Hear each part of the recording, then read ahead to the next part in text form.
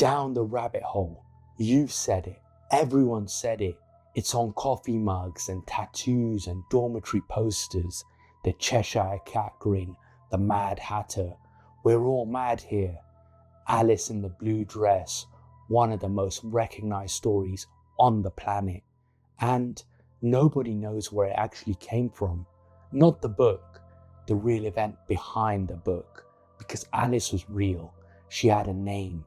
She had a face. She sat in a boat on the River Thames on a specific afternoon in 1862. She was 10 years old. And the man who told her the story, the man who turned that afternoon into the most famous children's book ever written, he was 30. He wasn't a children's author. He was a mathematics lecturer at Oxford who stammered so badly he couldn't finish a sentence around other adults. But around children, around little girls specifically, something changed. His stammer vanished. He became someone else entirely. Someone fluent and charming and magnetic. Someone who only existed when little girls were in the room. He told her a story. She asked him to write it down. What he made for her and what he hid inside is stranger and darker than anything you've heard before. And what happened between them after is the reason his family spent decades destroying the evidence. There's a reason you've never heard this story, and by the end of this video, you'll know why. Now, let's head down that rabbit hole. Welcome to the Midnight Archives. Chapter 1. The Man Who Loved Little Girls. His name wasn't Lewis Carroll. That was a mask, a fake name invented to keep his two lives separate. His real name was Charles Dodson, and the life he lived beneath the mask is the reason his family spent decades burning the evidence after he died. Charles Lutwidge Dodgson was born in 1832, the eldest son of an Anglican clergyman in rural Cheshire. He had 10 siblings. He grew up in parsonages, quiet, clever, and so painfully shy that speaking to other people felt like drowning. He stammered, not a slight hesitation, not a catch in his throat, a stammer so severe and so persistent that every conversation with an adult was a humiliation. Words broke apart in his mouth. Sentences collapsed. The most basic thing a Victorian gentleman was expected to do, hold easy, confident conversation with the people around him, was a daily ordeal. Except with children. When Charles Dodgson was in the company of children, young girls specifically, the stammer vanished. Not improved, not softened, gone. He became fluent and funny and magnetic, telling stories that held them spellbound, performing magic tricks, inventing games and puzzles and wordplay that made them laugh and lean closer and beg for more. It was as if there were two men living inside the same body. One of them, the one the adult world saw, was awkward, withdrawn, difficult to know. The other, the one that only appeared when little girls were in the room, was charming, warm, and more alive than the first man ever was. He went to Oxford, Christ Church, the grandest college in the university. He became a mathematics lecturer and held the position for 26 years. He was ordained as a deacon in the Church of England, but never became a full priest. He never married.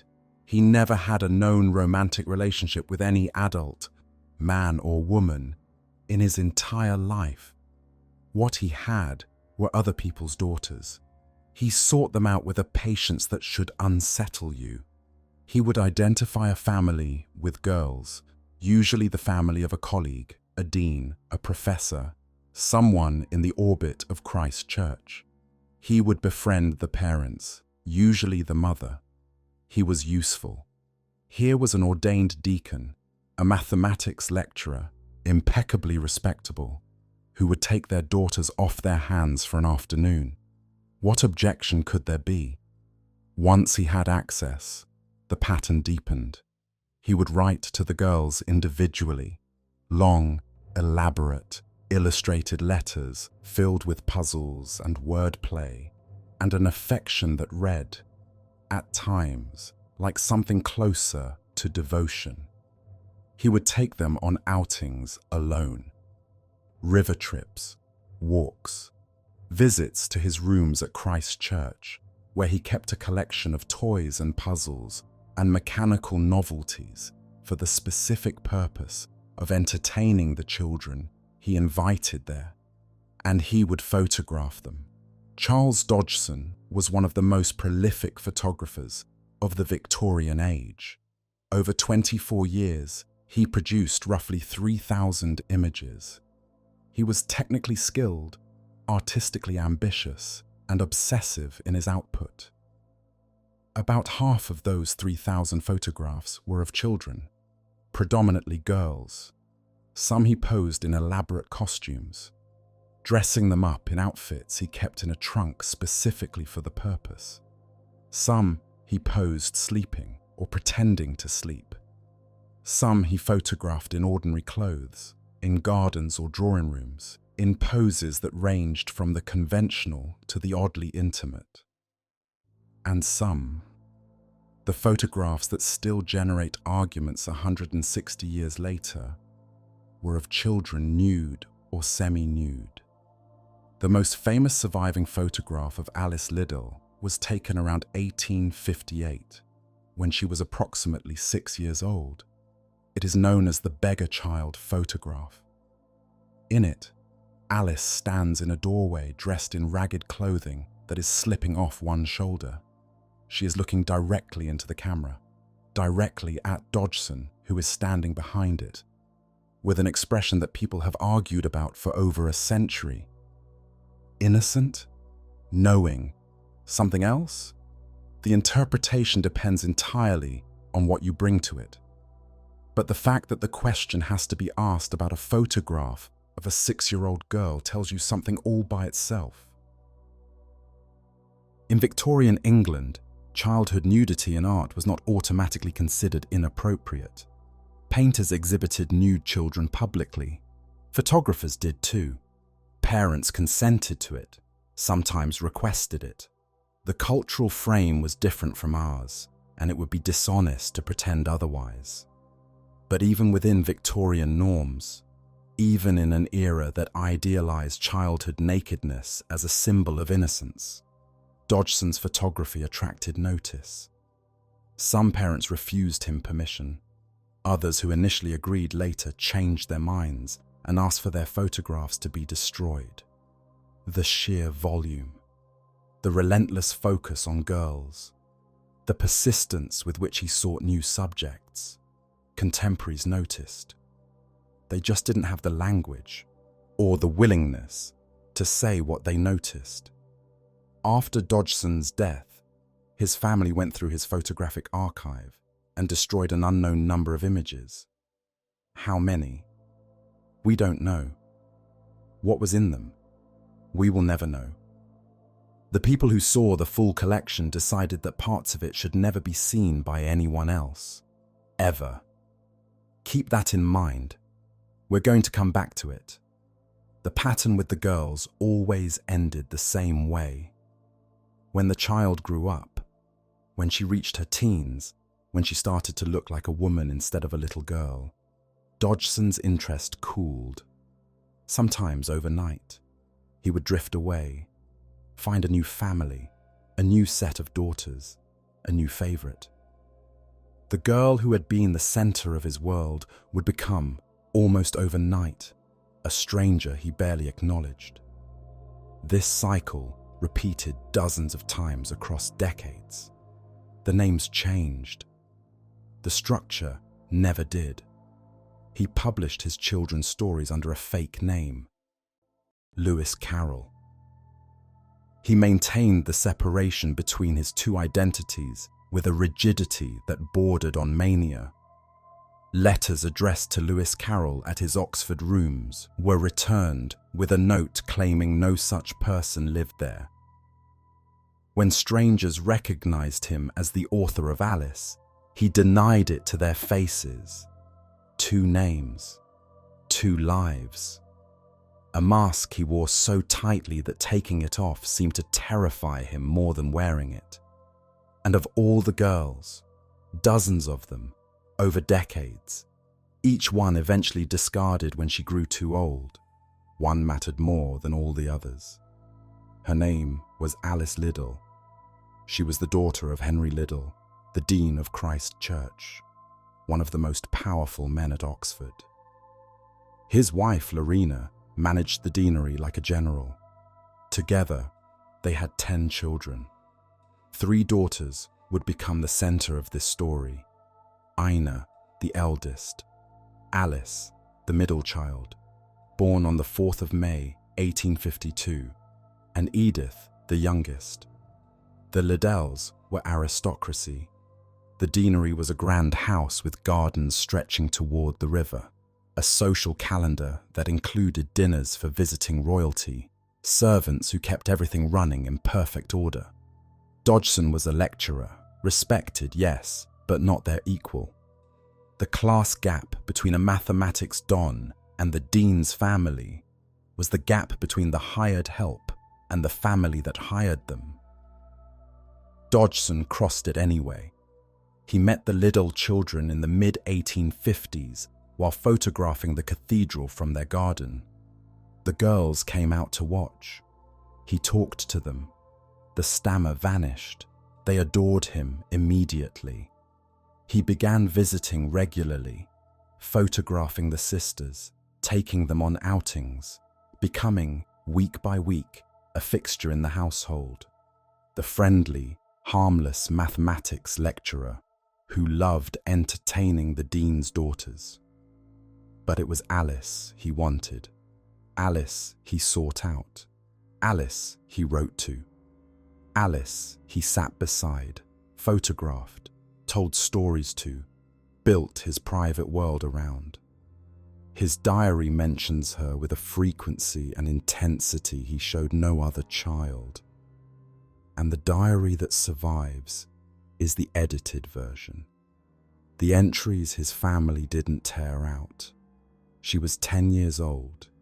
He was 30. And on the 4th of July, 1862, he took her on a boat trip up the River Thames. He told her a story. She asked him to write it down.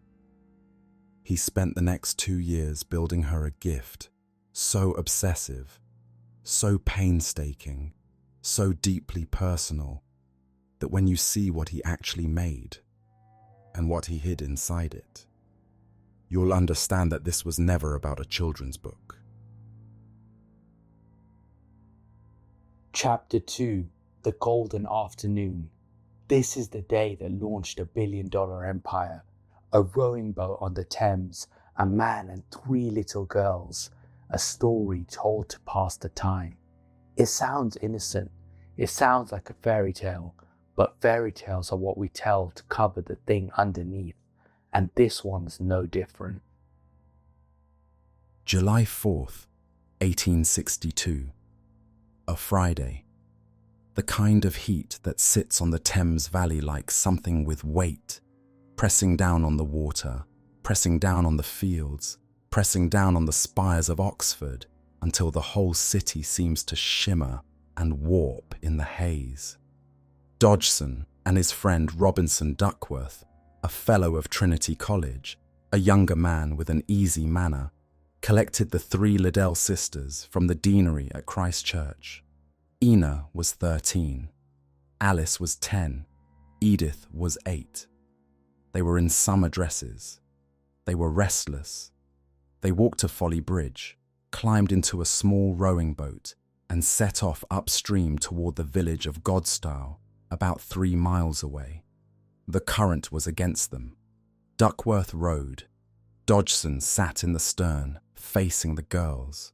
The heat was suffocating. The girls were bored. Their fingers trailed in the water. "Tell us a story," Alice said. And the mask came off. No stammer, no hesitation, no trace of the broken, awkward man who couldn't hold eye contact with another adult. Dodgson opened his mouth, and the words came like the river, smooth, vivid, effortless, as if a dam had broken somewhere inside him, and everything he'd been holding back was finally being released. He told them about a girl called Alice, named after the real girl sitting 3 feet away, watching him with complete attention, who saw a white rabbit in a waistcoat, panicked and checking a pocket watch, and followed it down a hole into a world where nothing made sense. A caterpillar sitting on a mushroom, smoking a hookah, asking, "Who are you?" in a voice that made the question sound like a threat. A cat that could disappear entirely, leaving nothing behind but its grin, a smile, floating in the darkness without a face to hold it. A queen who screamed, "Off with her head," at anyone who annoyed her, surrounded by playing card servants who scrambled to obey because the alternative was death. The story poured out of him. Duckworth, rowing, listening, later recalled that it seemed fully formed, as if Dodgson had been carrying it inside him for years, waiting for the right person, the right girl. He'd found her. She was sitting in the bow of the boat in a white summer dress, with her hand trailing in the Thames, and he was building an entire world around her name and her face and whatever it was he felt when he looked at her. The boat drifted upstream. The willows dragged their branches across the surface of the water. The spires of Oxford disappeared behind the trees, and a 30-year-old man told a 10-year-old girl a story so vivid, so consuming, so precisely constructed around her that she would never be free of it for the rest of her life. They reached Godstow. They climbed onto the bank. They had their picnic in the shade, and when they rowed home in the golden light of late afternoon, the light that Dodgson would later call the golden afternoon, a phrase he returned to again and again, obsessively, for the rest of his life, Alice made her request. "I wish you would write out Alice's adventures for me." He promised he would, and unlike most promises made to children, this one he kept, with an intensity that should disturb you. Over the following months, Dodgson worked on the manuscript like a man possessed. He wrote the entire story in his small, meticulous handwriting. Every word by hand, every letter precise. He illustrated it himself with 37 pen and ink drawings. Painstaking work for a man who was a competent but not gifted artist. Each drawing took hours. He bound it in green Morocco leather. He pasted a photograph of Alice, a photograph he had taken, inside the back cover. His face was the last thing she would see when she read his story, and on the front cover he inscribed it, "A Christmas gift to a dear child in memory of a summer day." He gave it to her on the 26th of November, 1864, 2.5 years after the boat trip. 2.5 years of meticulous, devoted, solitary work on a handmade gift for one specific child. A man in his 30s, spending his evenings and weekends for over 2 years, crafting a physical object of devotion for a girl who was now 12. Think about that. Not a story he dashed off. Not a quick present. A 2-year labor of obsessive craftsmanship, illustrated, hand-bound, inscribed, with her photograph pasted inside, made in private, given to her personally. Then he expanded it, added new chapters. The Cheshire Cat, the Mad Hatter's Tea Party, the Trial, commissioned professional illustrations from John Tenniel, and published it in 1865 as Alice's Adventures in Wonderland. It was an immediate sensation, one of the most successful books of the Victorian age, and hidden inside it, In the final poem, the lines that most readers skim past, the first letter of each line spells out a name. Alice Pleasance Liddell, her full name, encoded in the text, buried in the structure of the poem like a message in a wall, invisible to everyone who didn't know to look, visible to him, visible to her. A secret between a man and a girl, printed on every page of every copy sold, hiding in plain sight for 160 years. He put her name in the book the way a man carves initials into a tree. He couldn't help himself. He couldn't leave her out of it. Even in the version the whole world would read, he needed her there, encoded, hidden, his. The book made Carol famous. It made Dodgson wealthy. And it turned Alice Liddell, a real, living child, into a character that the entire world would own, that millions of people would project onto, dress up as, tattoo onto their skin, print on their mugs, turn into a theme park ride. She didn't ask for any of that. She asked for a story on a boat. She got a cage she'd never escape from. But before any of that could happen, before the fame, before the merchandise, before the billion-dollar industry built on top of one afternoon on a river, something happened. Something between Dodgson and the Liddell family that ended everything, overnight, completely, permanently. And whatever it was so dangerous that two separate families spent the next 40 years making sure you would never find out what it was. Chapter 3. The Missing Pages. In the summer of 1863, less than a year after the Golden Afternoon, the Liddell family cut Charles Dodgson out of their lives. No warning, no gradual cooling. One day he was a fixture in the household. The next, the door was locked, and both family, his and hers, began destroying the evidence systematically over decades until there was nothing left but a silence shaped exactly like the truth. Here is what we know. On the 25th of June, 1863, Dodgson visited the Liddell family. His diary records the visit. Nothing unusual. On the 27th of June, the page is gone, physically torn from the diary, ripped out, along with several surrounding pages.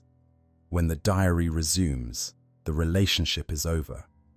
Dodgson records, in a tone of controlled devastation, that he is out of favor with the Liddells. He is no longer welcome at the deanery.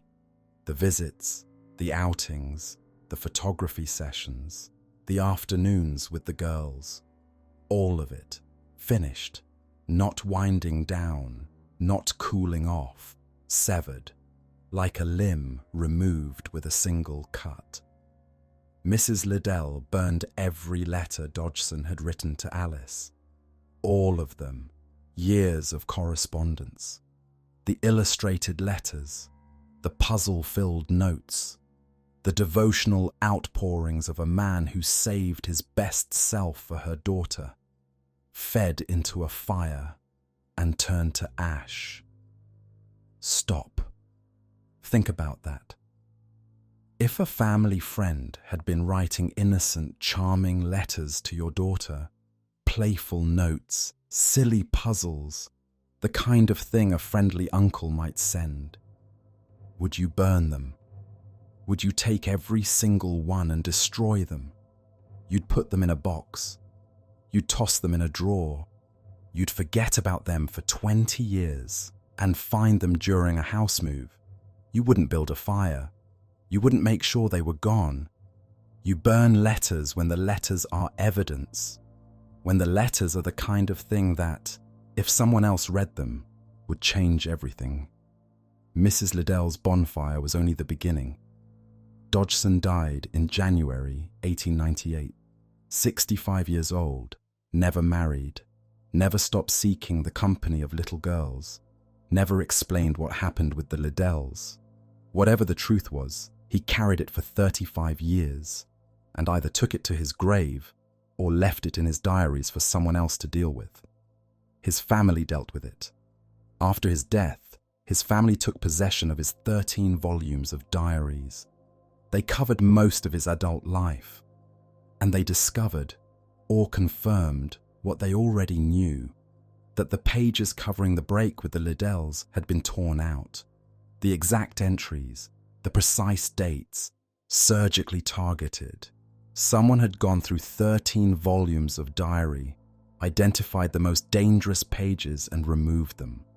Whether it was Dodgson himself, in a moment of shame or calculation or fear, or a family member after his death, the result is the same. The truth was cut out of the record like a tumor, and the wound was left to heal over as if the thing had never been there. But the family went further. Someone, later identified as one of Dodgson's nieces, left a note tucked into the diary near the gap.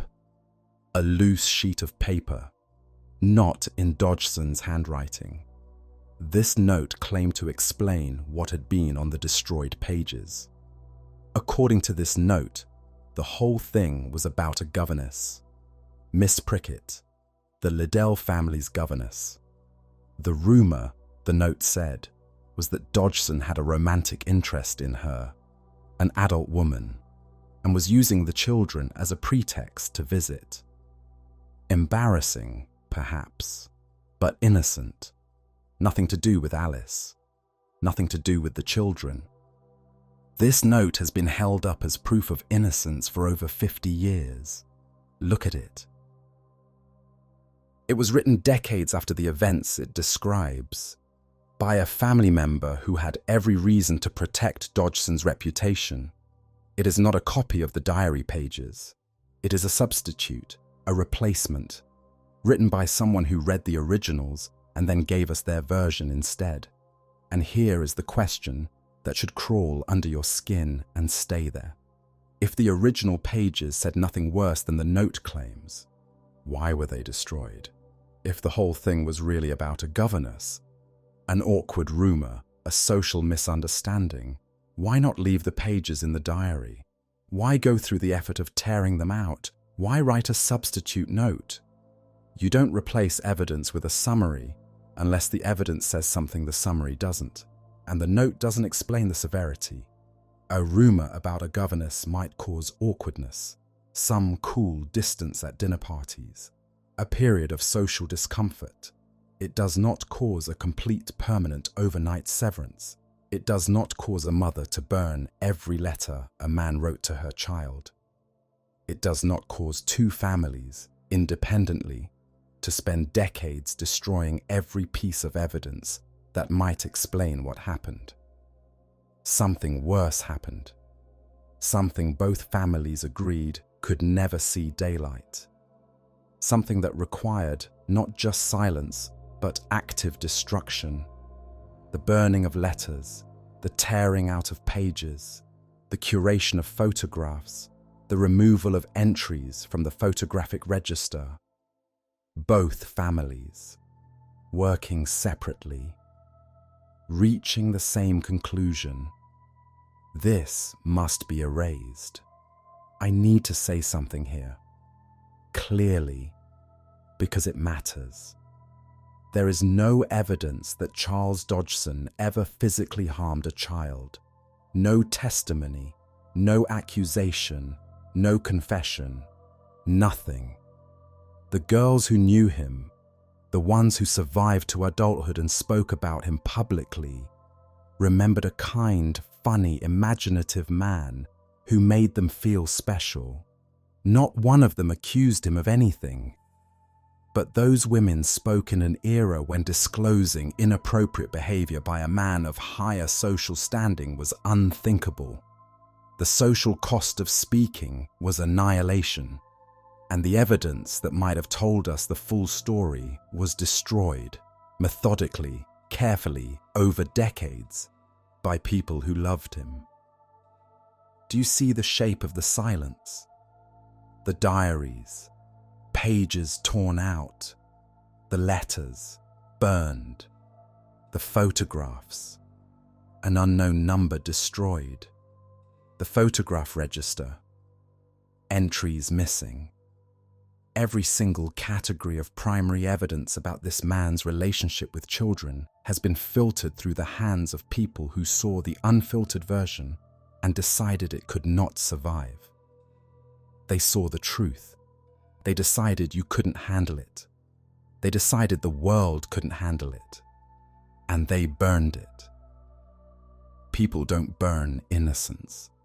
They burn the thing that proves guilt.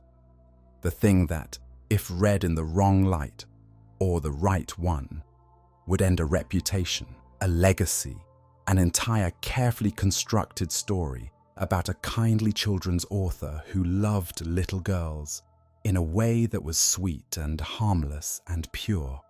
The gap they left, the silence where the truth used to be, is the loudest thing in this entire story. It screams. You just have to be willing to hear it. After the break, Dodgson stayed at Christ Church.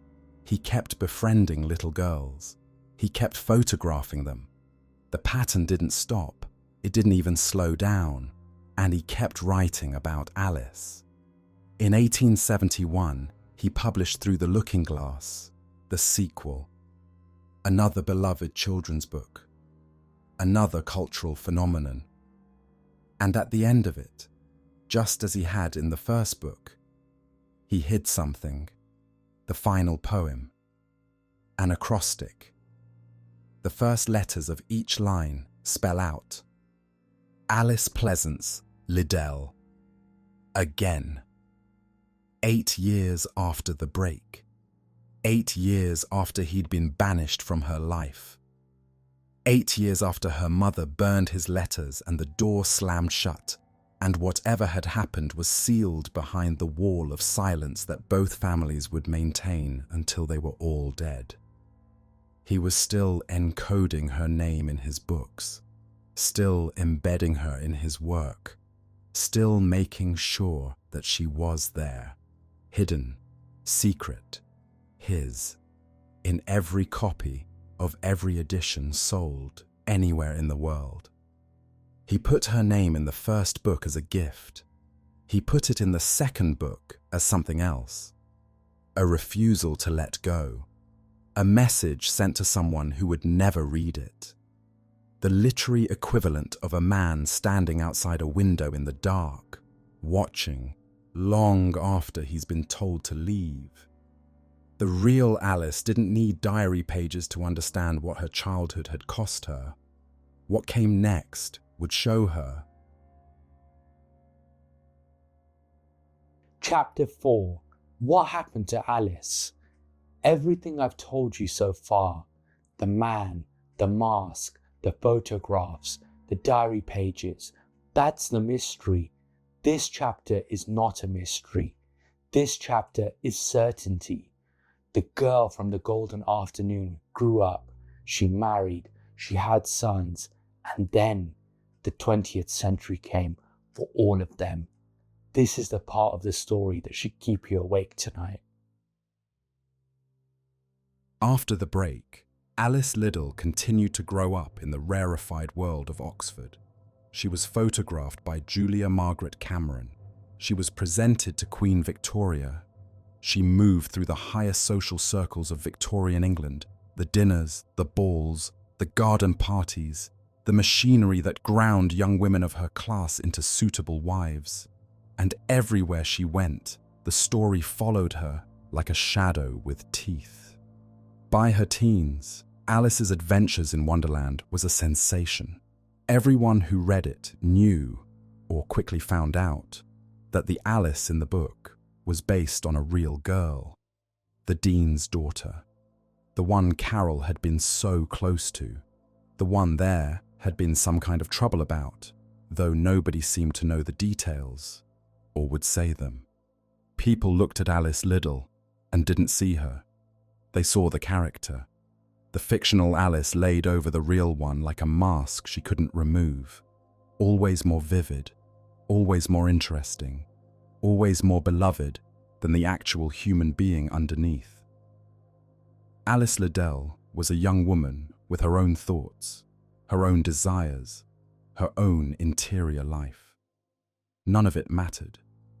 She was Alice, the girl from the story, the 10-year-old on the boat.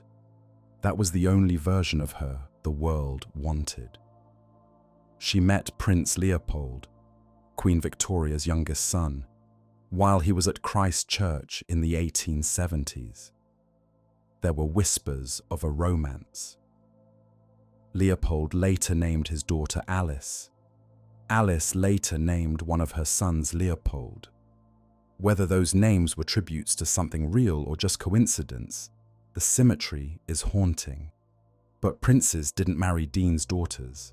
Whatever existed between them didn't survive the class barrier. In 1880, at 28, Alice married Reginald Hargreaves, a wealthy landowner, a cricketer, a former Christ Church student. They settled at Cuffnells, a grand estate in Hampshire, far from Oxford, far from the story, far from the man who wrote it. They had 3 sons, Alan, Leopold, and the youngest, Carol. Carol. Say it out loud. Carol. She named her child after him, after the man whose family tore out the diary pages, after the man whose letters her own mother had burned, after the man who had been removed from her life under circumstances so dark that 2 families spent decades destroying the evidence. Even in naming her children, Alice couldn't escape. The golden afternoon had its fingers in everything. It reached into her marriage, into her family, into the names she chose for the boys she brought into the world. For over 2 decades, life was quiet. The kind of quiet that money and land and distance from the past can buy. Her sons grew up at Cuffnells, riding, hunting, playing cricket on green lawns, educated at the finest schools. They were raised to be everything their class demanded: English gentlemen, boys who would serve when called. In August 1914, they were called. The First World War swallowed Europe whole. Britain mobilized on the 4th of August. And the sons of the English gentry, the boys from the country houses, the boys from the playing fields, the boys whose mothers had raised them to do their duty, lined up to volunteer. It wasn't a choice. It was breeding. It was what their class did. It was what their mothers had been told to be proud of, standing in doorways, watching their sons walk toward trains that would carry them to France, and the mud and the wire and the machines that were about to eat an entire generation alive. Alan was 33, Leopold was 31, Carol was 27. All 3 enlisted. All 3 went to France. The Western Front was a 400-mile wound gouged across the face of Europe. Trenches reinforced with sandbags and rotting timber, rats the size of cats, lice in every seam of every uniform, men standing in water for days until their feet turned black and the flesh came away from the bone. Trenchfoot, they called it, as if naming it made it something you could treat. The stench of decomposing bodies in no man's land mixing with chlorine gas and cordite. And the noise, the ceaseless, skull-splitting noise of artillery that turned men's minds to rubble even when it missed their bodies. 19,000 British soldiers were killed on the first day of the Battle of the Somme. 19,000 in a single day. Entire communities were emptied. Mothers who had waved goodbye together at the same train station received telegrams on the same morning. Alice sat at Cuffnell's and read the casualty lists. They filled the newspapers, column after column, page after page, name after name. Boys she knew, sons of families she dined with, young men who had played with her sons on these very lawns, in this very garden, in the world before the world ended. She was waiting for her own names to appear. Alan Niverton Hargreaves. Her eldest, an officer in the Rifle Brigade. He went to France in 1915. He fought at the Battle of Loos in September, the first time the British Army used poison gas, and it blew back on their own lines, and the attack was chaos from the first whistle. Alan was killed. He was 34 years old. The telegram would have arrived at Cuffnell's. A boy on a bicycle, riding up the long gravel drive to the front door. A brown envelope, a few words that weigh more than a body. We regret to inform you. She couldn't hold him. She couldn't bury him. His body stayed in France, in a military cemetery, in soil she might never touch. She could only sit in the large, quiet rooms of a house that was suddenly much larger and much quieter than it had been the day before, and know that one of the bedrooms upstairs would never again be slept in by the boy who grew up in it. And Leopold was still out there, still in the trenches, still alive. Not for long. Leopold Reginald Hargreaves. Captain. He survived Loos, survived the winter, survived into 1916 as the British Army massed for the offensive that would define the war. The Battle of the Somme began on the 1st of July 1916 and lasted until November. Over 1 million men on both sides were killed or wounded. It was the bloodiest battle in British military history. Villages were emptied. Battalions were erased. Boys who had enlisted together from the same town, the PALS battalions, died together on the same afternoon, and their mothers buried their grief together in the same church halls. Leopold was killed during the offensive. He was 33 years old, 2 telegrams, 2 sons, 2 names on 2 headstones in French military cemeteries that their mother would likely never see, 2 bedrooms at Cuffnell's that would stay empty, 2 seats at the dinner table that no one would fill.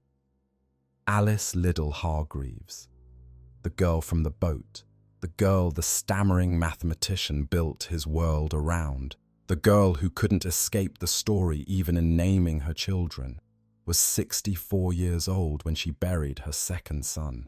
The girl from the golden afternoon, the girl Disney would turn into a cartoon, the girl on the coffee mug. She was standing over 2 graves in France, and she was 64, and she was broken. Carol survived. He came home. But the men who came back from the Western Front were not the men who left. Shell shock.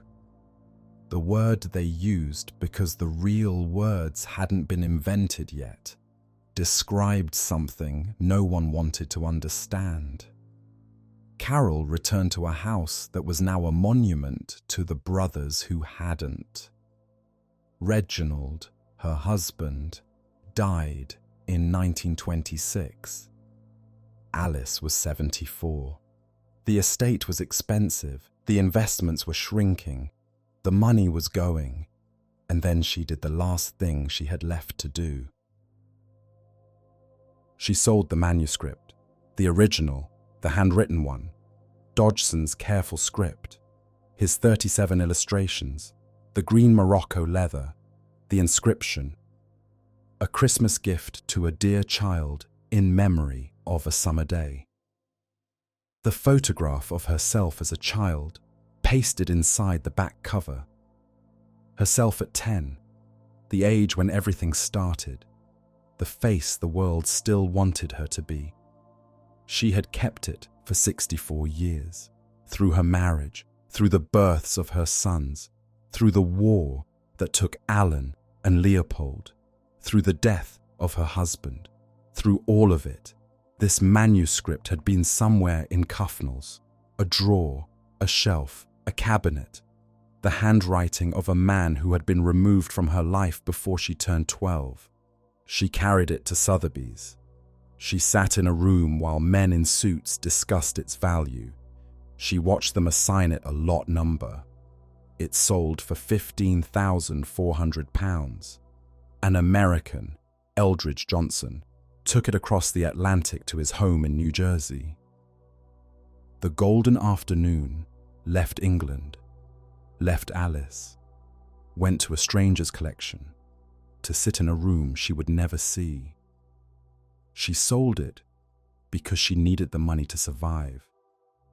In 1932, Columbia University invited her to New York. They were celebrating the centenary of Dodgson's birth. They wanted the real Alice to receive an honorary degree.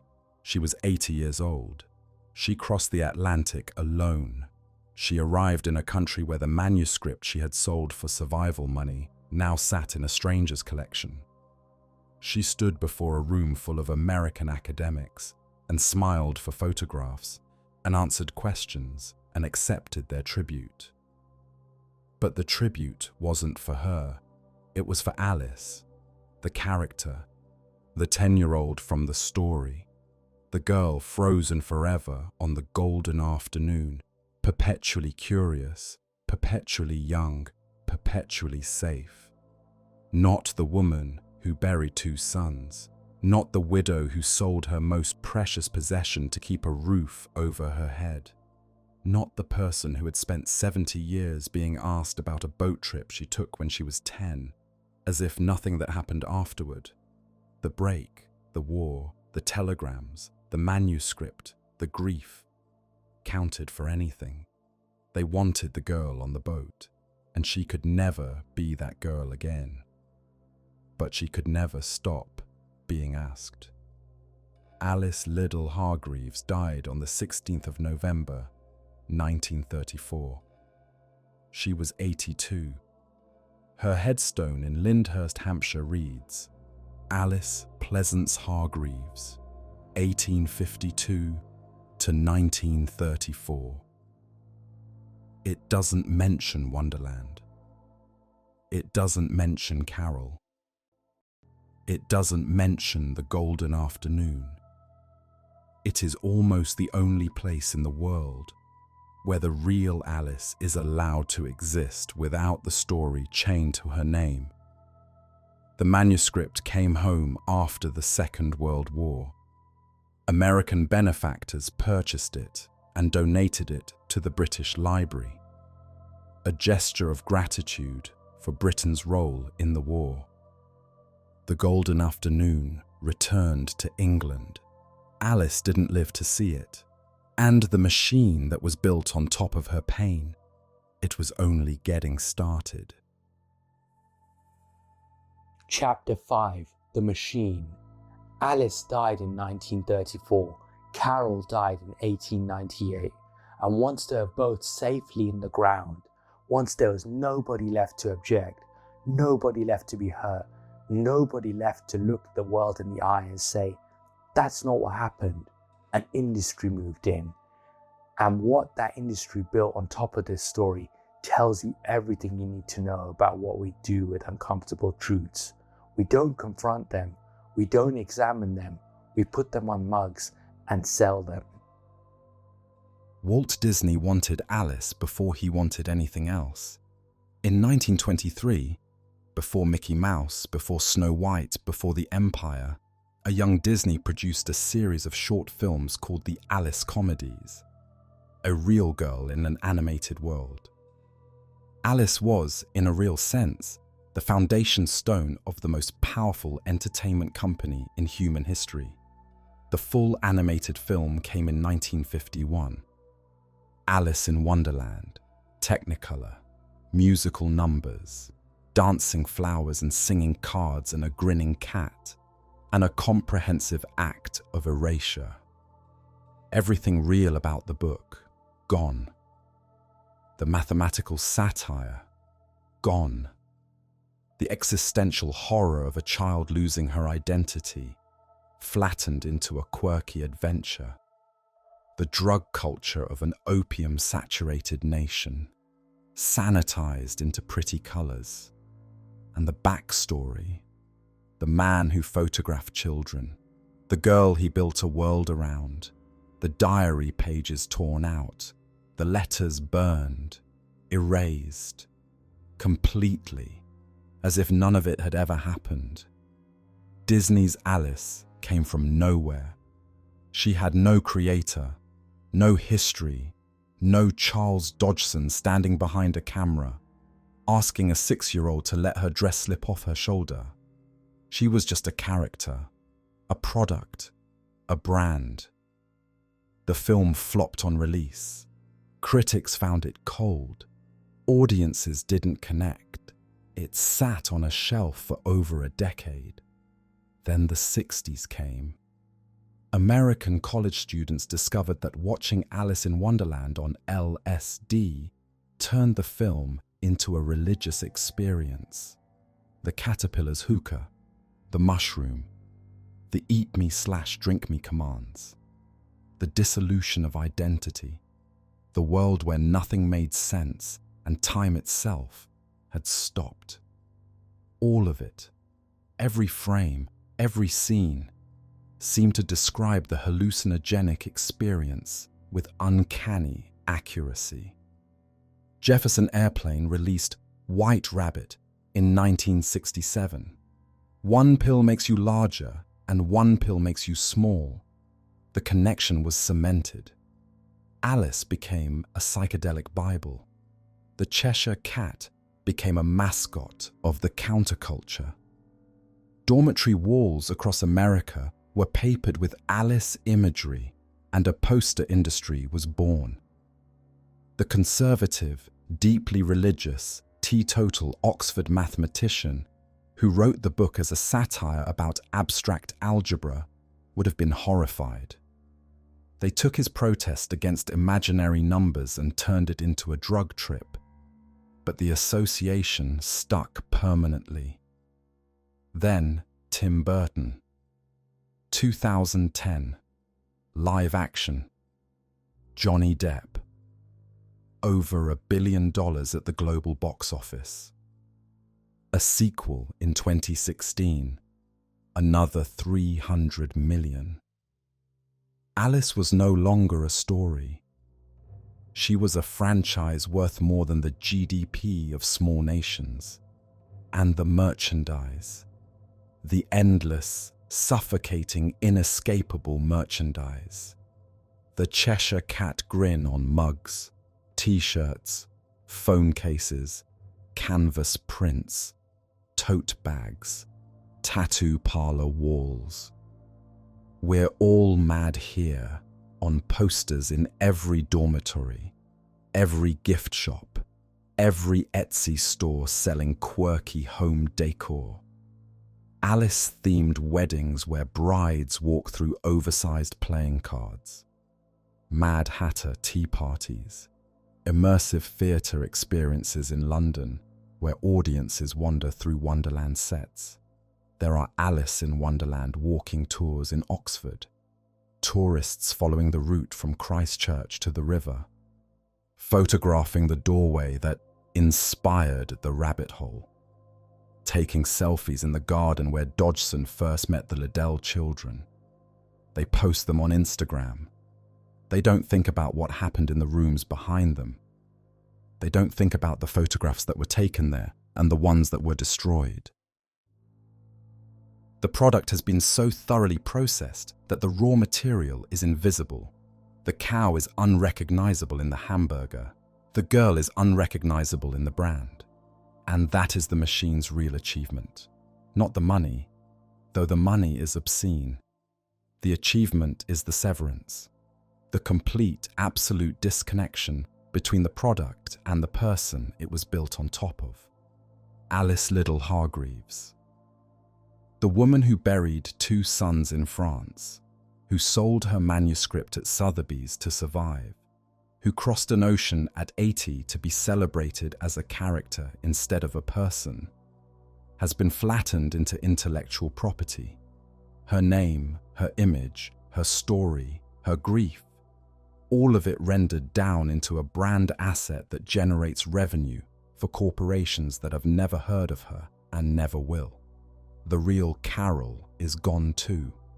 The mask became the face. Lewis Carroll, beloved children's author.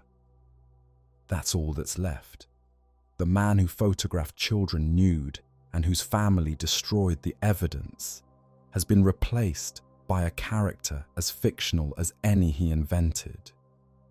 The complicated, troubling human being was sanded down, simplified, and slotted into a brand identity that could be printed on a mug without making anyone uncomfortable. That's what the machine does. It doesn't just sell stories.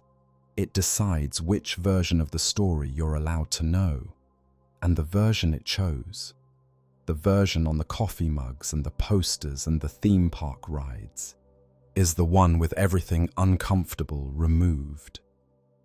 The Cheshire Cat grins from 1,000,000 coffee mugs. The girl behind the grin is buried in a churchyard in Hampshire. Her headstone says, Alice Pleasance Hargreaves, 1852 to 1934. It doesn't mention Wonderland. It is the only place in the world where the real Alice exists without the machine's fingerprints on her name. Her headstone is in a churchyard in Lyndhurst, Hampshire. It reads Alice Pleasance Hargreaves, 1852 to 1935. That's all. No Wonderland, no rabbit hole, no Cheshire Cat. It's the only place in the world where the real Alice is allowed to be a woman who lived and died. Everywhere else she belongs to the machine, the character, the brands, the thing on the coffee mug. But she was a person, and the story of what happened to her, the real one, the one behind the merchandise, deserves to be told without looking away. Now you know, and you can't unknow it. The next time the Cheshire Cat grins at you from a coffee mug, you'll see her standing behind it. If this changed the way you see Alice in Wonderland, subscribe to the Midnight Archives, where we illuminate the dark corners of history, the stories that live beneath the ones we tell ourselves. Until next time, keep the candle lit.